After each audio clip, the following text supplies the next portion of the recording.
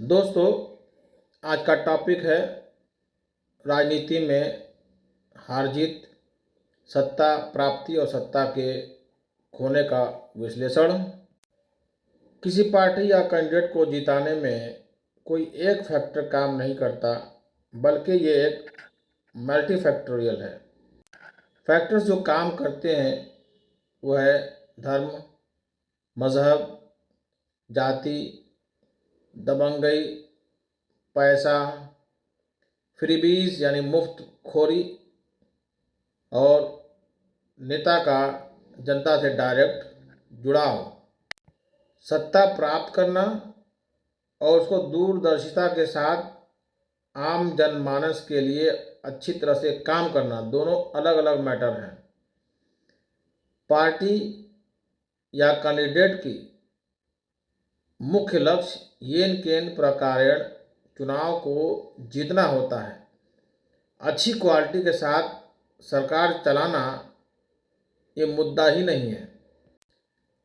Party या candidate की image भी बहुत मायने रखती है, इसलिए अपनी इमेज को हमेशा दुरुस्त करते रहना चाहिए और विरोधी पार्टी या कैंडिडेट अपने विरोधी की इमेज को खराब करने की हर संभव कोशिश करता है, क्योंकि ये भी एक बड़ा फैक्टर बनता है।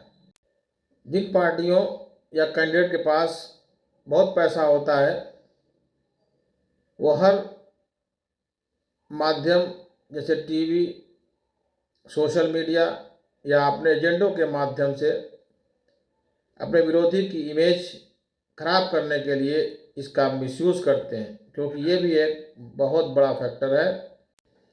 1991 में अन्ना हजारे ने महाराष्ट्र में शिवसेना भाजपा सरकार के कुछ भ्रष्ट मंत्रियों को हटाने के लिए भूख हड़ताल की थी। बीजेपी और आरएसएस के समर्थन से अन्ना हजारे ने 5 अप्रैल 2011 को दिल्ली के जंतर मंतर पर सशक्त लोकपाल विधेयक के निर्माण की मांग को लेकर सरकारी निष्क्रियता के प्रतिरोध में एक आमरण अनशन शुरू किया था। भ्रष्टाचार के खिलाफ इनकी इस मुहिम में अरविंद केजरीवाल, किरण बेदी, प्रशांत भूषण, बाबा रामदेव और बहुत से और प्रसिद्ध समाज सेवियों शामिल थे, लेकिन सरकार ने इसे उपेक्षित कर रखना जारी रखा। इस मुहिम से मनमोहन सिंह की अगुवाई वाली यूपीए सरकार की स्थिति काफ़ी कमज़ोर हुई।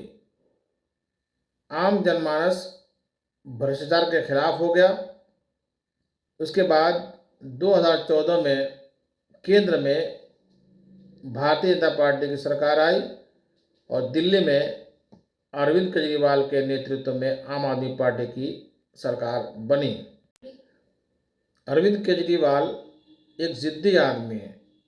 उनकी ज़िद थी कि स्कूल की पढ़ाई पूरी करने के बाद आईआईटी में एडमिशन लेंगे और फिर उन्होंने एडमिशन लिया।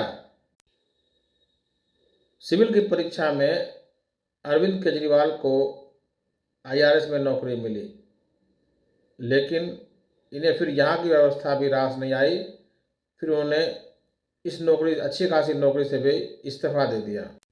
अरविंद केजरीवाल की सरकार ने दिल्ली के लोगों के लिए कई ऐलान किए, जिसमें मुफ्त बिजली पानी, महिलाओं के लिए मुफ्त बस का सफ़र और बुजुर्गों के लिए मुफ्त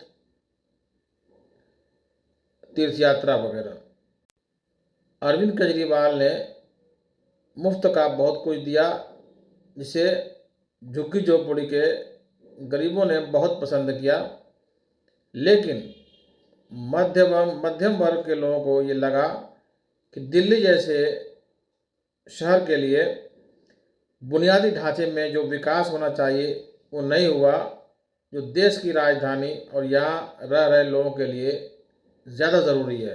2025 में दिल्ली में विधानसभा के लिए चुनाव प्रचार चल रहा था। उसी वक्त निर्मला सीतारमण ने आम बजट में 12 लाख तक की कमाई करने वालों को टैक्स फ्री कर दिया। इस तरह केजरीवाल की विरोधी पार्टी ने केजरीवाल की इमेज खराब करने की भरपूर कोशिश की और फ्री बीज यानी मुफ्त बांटने में ये उनसे बाजी मार ले गए और रही सही कसर कांग्रेस ने पूरी कर दी। बीजेपी के जीतने का एक बड़ा फैक्टर हिंदुत्व है, जो भारत में चुनाव जीतने के लिए एक बहुत आसान फैक्टर है। टीवी, सोशल मीडिया और एजेंडों से हिंदू मुस्लिम डिबेट ध्रुवीकरण का कारण बनता है, जो बीजेपी की रीढ़ की हड्डी है। हिंदुत्व और आरएसएस पर कटाक्ष हमले बंद करने चाहिए, क्योंकि ये काम ध्रुवीकरण पैदा करता है और यही वो चाहते भी हैं।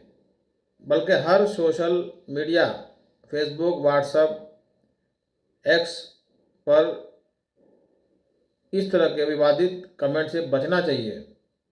एक ही माँ बाप की औलादें इंसाफ न होने पर आपस में लड़ पड़ती हैं। तो इसलिए धर्म, जाति, मज़हब के नाम पर वोट, पार्टी या सत्ता भी बहुत दिन नहीं चलती। क्वालिटी न होने पर इनका भी वक्त जल्दी ख़त्म हो जाता है। तो दोस्तों,